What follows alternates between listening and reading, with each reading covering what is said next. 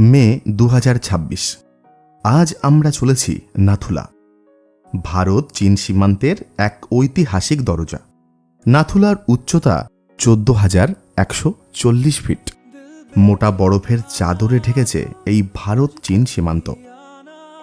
মেঘে ঢাকা বরফের পাহাড়, আর তার মাঝে শান্ত নীল জলের এই লেক ছাঙ্গু। চুমরি গাইরাও প্রস্তুত আছে তাদের পিঠে চাপিয়ে আপনাদের ঘোরাবার জন্য। নীল আকাশের বুক চিরে ভারতীয় ধ্বজা পথ পথ করে উঠছে। এই বাবা মন্দিরের উচ্চতা সমুদ্রপৃষ্ঠ থেকে 12,651 ফুট। এই হল সিকিমের অপার সৌন্দর্য। চলুন শুরু করি এমন এক যাত্রা যেখানে প্রতিটি মুহূর্ত থাকবে রোমাঞ্চে ভরা। প্রতিটি দৃশ্য যেন পোস্ট কার্ডের মতো সুন্দর, আর প্রতিটি নিঃশ্বাস মনে করিয়ে দেবে হিমালয়ের বুকে দাঁড়িয়ে থাকার অনুভূতিটা আসলেই অবিশ্বাস্য। গ্যাংটক টু নাথুলা এই পথের দূরত্ব 58 কিলোমিটার। এখন মে মাসের শেষের দিক। আজ ওয়েদার ভীষণ খারাপ। কালো মেঘে সমগ্র পাহাড় ঢেকেছে। শিলাবৃষ্টি মাথায় নিয়ে এগিয়ে চলেছি আমরা। দূরের সবকিছুই ঝাপসা লাগছে। ইতিমধ্যেই ড্রাইভার দাদার কাছে এসে পৌঁছালো মন খারাপ করা সংবাদ। অতিরিক্ত বরফ পড়ার কারণে নাথুলা পাস বন্ধ করে দেওয়া হয়েছে। আজ কোনো মতেই নাথুলাতে যাওয়া যাবে না। আজকে যারা পারমিট বানিয়েছে তারা কাল নাথুলা ভিজিট করতে পারবে ওই একই পারমিটে। প্রকৃতির কাছে এক প্রকার বশ্যতা স্বীকার করে নিয়ে আমরা এসে থাকলাম নিউ বাবা মন্দিরে। আমরা এখন এসে পৌঁছালাম বাবা হরভজন সিংয়ের মন্দিরে। এটা হচ্ছে বাবা হরভজন সিংয়ের নতুন মন্দির। এই দেখুন,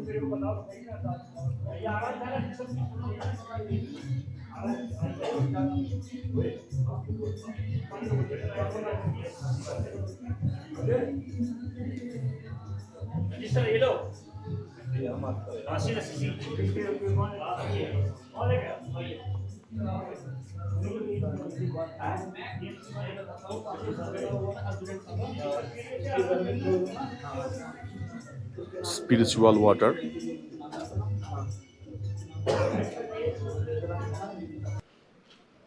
ওয়েদার ক্লিয়ার হলে আমি আবার কালকে আসব, তখন আপনারা বুঝতে পারবেন কত সুন্দর ভিউ পাওয়া যায় এই নিউ বাবা হরভজন সিং মন্দির থেকে। ওইদিকে একটা ঝর্ণা আছে, শিবের স্ট্যাচু আছে। ওয়েদার খারাপের জন্য আমরা এখন আর যাচ্ছি না। কালকে আবার আসার ইচ্ছে আছে। কাল এলে অবশ্যই আপনাদের ওই জায়গাটা ঘুরিয়ে দেখাবো। অপূর্ব অদ্ভুত সুন্দর জায়গা। ওয়েদারটা আমাদের সঙ্গ দিল না। ওয়েদারটা সঙ্গ দিলে আজকে আপনারা নয়নাভিরাম সৌন্দর্যের সাক্ষী থাকতেন। রাতের দিকে এই বাবা মন্দিরে 100% বরফ পড়ার সম্ভাবনা আছে। সেটা দেখেই বোঝা যাচ্ছে। কাল আসলে ভালো করে বুঝতে পারবো। বাবা মন্দির দেখে ফেরার পথে এসে থেমেছি ছাঙ্গু লেকের সামনে। ইতিমধ্যে হালকা স্নোফলও শুরু হয়ে গেছে। এই হচ্ছে ছাঙ্গু লেকের পরিস্থিতি। গাড়িতেই বসে আছি, আর অনবরত ক্রমাগত বরফ বৃষ্টি হয়ে চলেছে। হ্যাঁ, এটাকে আমি বরফ বৃষ্টি বলবো, কারণ দেখুন, এই দেখুন গাড়ির ভেতরে বরফ পড়ছে এবং বরফ পড়ার সাথে সাথে গলে যাচ্ছে। হাতে গোনা মাত্র গুটি কয়েক পর্যটক এসছে বৃষ্টির জন্য, বরফ বৃষ্টির জন্যই আসতে পারিনি মূলত। ছাঙ্গু লেকের যে অপূর্ব বিউটি সেটা আপনাদের সামনে আমি তুলে ধরতে পারলাম না, দুঃখিত। এখানকার দৃশ্যপট এক কথায় দুর্দান্ত লাগতো যদি আকাশ পরিষ্কার থাকতো, কিন্তু আনফর্চুনেট দেখুন ওয়েদার খুবই খারাপ। ক্রমাগত বরফ বৃষ্টি হয়েই চলেছে। এক পা এগোনোর পরিস্থিতি নেই।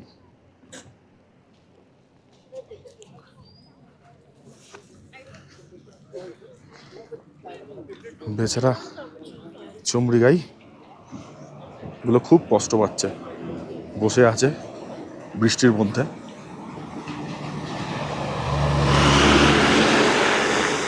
বেচারা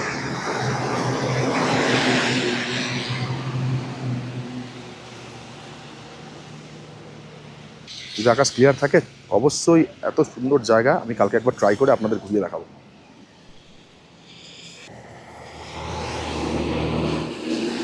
এরকম বরফ পড়ছে দেখুন, বোঝা যাচ্ছে। আর বরফ পড়ার সাথে সাথে জল হয়ে যাচ্ছে।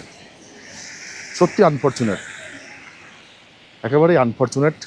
এটা আমি আশা করিনি, মে মাসে অন্তত আশা করিনি যে মে মাসে এরকম ওয়েদার পাবো।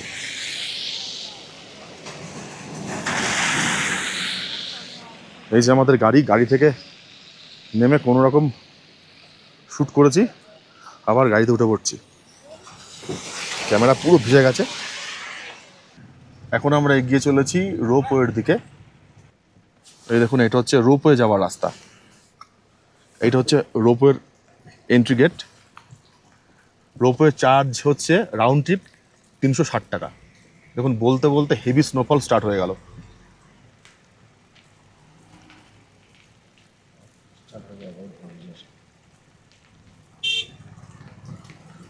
এই দেখুন, এটা হচ্ছে রোপওয়ে যাওয়ার গেট। লেখা রয়েছে India's highest altitude passenger ropeway. Changu lake visit করে আমরা পাহাড়ের অনেকটা নিচে নেমে গেছি। গ্যাংটক শহরের কাছাকাছি আছি আমরা, এখানে বৃষ্টি হয়নি। গ্যাংটকে আমাদের হোটেলের নাম ZI, এমজি মার্গের একেবারেই কাছে। এই হোটেল বুক করবার জন্য আপনারা যোগাযোগ করে নিতে পারেন ট্যুর কিংডম ট্রাভেল কোম্পানির সাথে। আপনাদের সুবিধার জন্য ফোন নাম্বার স্ক্রিন এবং ডেসক্রিপশনে দেওয়া থাকলো, যাবতীয় ইনফরমেশন পেয়ে যাবেন। পরদিন ভোরের মিষ্টি আলো ফুটতেই আমরা রওনা দিয়েছি নাথুলার উদ্দেশ্যে। সবার প্রথমে যাব নাথুলা পাস, তারপর ছাঙ্গু বাবা মন্দির ঘুরে দেখব। আজ বোধহয় ভাগ্যদেবতা সহায় হয়েছেন। নীল আকাশে সাদা মেঘের লুকোচুরি, চোখের সামনে দিগন্ত বিস্তৃত সৌন্দর্য উন্মোচিত হয়েছে। নাথুলা যাবার রাস্তাতে মোড় নিতেই আবারও প্রকৃতির খামখেয়ালিপনা শুরু। হঠাৎ করেই আচমকা রাশি রাশি মেঘের দল আমাদের ঘিরে ধরল।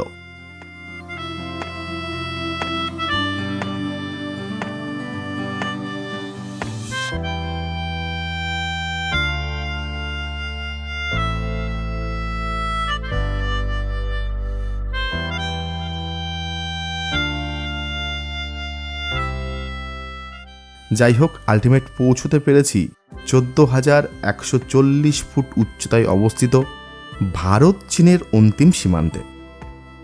এইখানে এসে দেখতে পাচ্ছি চারিদিকে প্রচুর তাজা বরফ পড়েছে। সম্ভবত এই তাজা টাটকা বরফগুলো কালকেই বোধহয় পড়েছে। কাল নাথুলা পাস বন্ধ থাকার জন্য পর্যটকের ভিড় আজকে তুলনামূলক বেশি। নাথুলাতে বাতাস পাতলা, অক্সিজেনের ঘাটতিও আছে।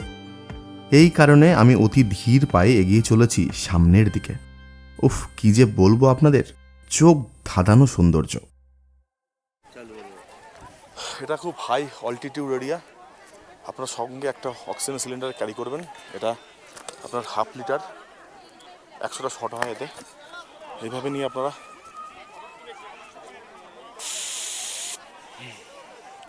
এরকম অক্সিজেন নিলে অনেকটা রিলিফ পাবেন। তাই এরকম হাই অল্টিটিউড এরিয়াতে এলে অবশ্যই সঙ্গে এরকম একটা অক্সিজেন সিলিন্ডার ক্যারি করবেন। পর্যটকরা নিজেদের 100% দিয়ে প্রকৃতির এই অসীম রূপ উপভোগ করছেন।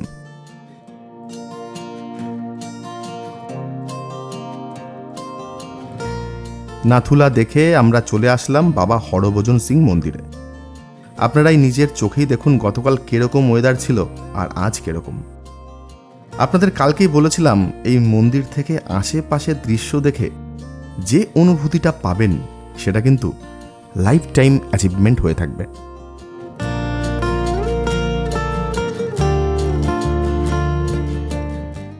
মন্দির থেকে খানিকটা এগিয়ে কিছুটা পাহাড়ি পথ ট্রেক করে উঠলে আপনারা পৌঁছে যাবেন ভোলে শঙ্করের একটি সুবিশাল স্ট্যাচুর কাছে।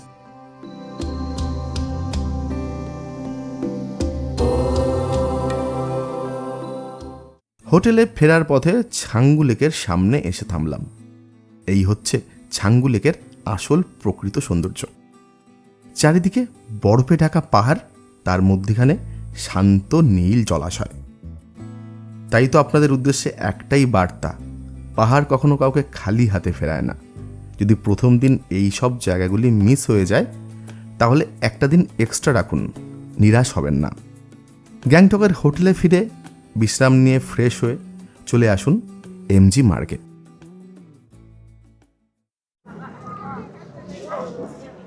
এখন আমরা আছি এমজি মার্গে।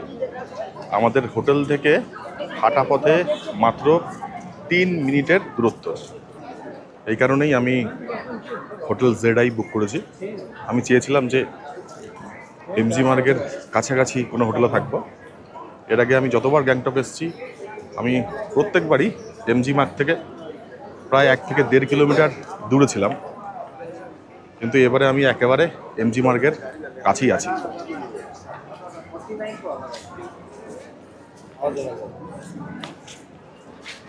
আমাদের প্রতিবেশী এই ছোট্ট রাজ্যটিকে প্রকৃতি যেন নিজের হাতে একটু বেশিই সাজিয়েছেন।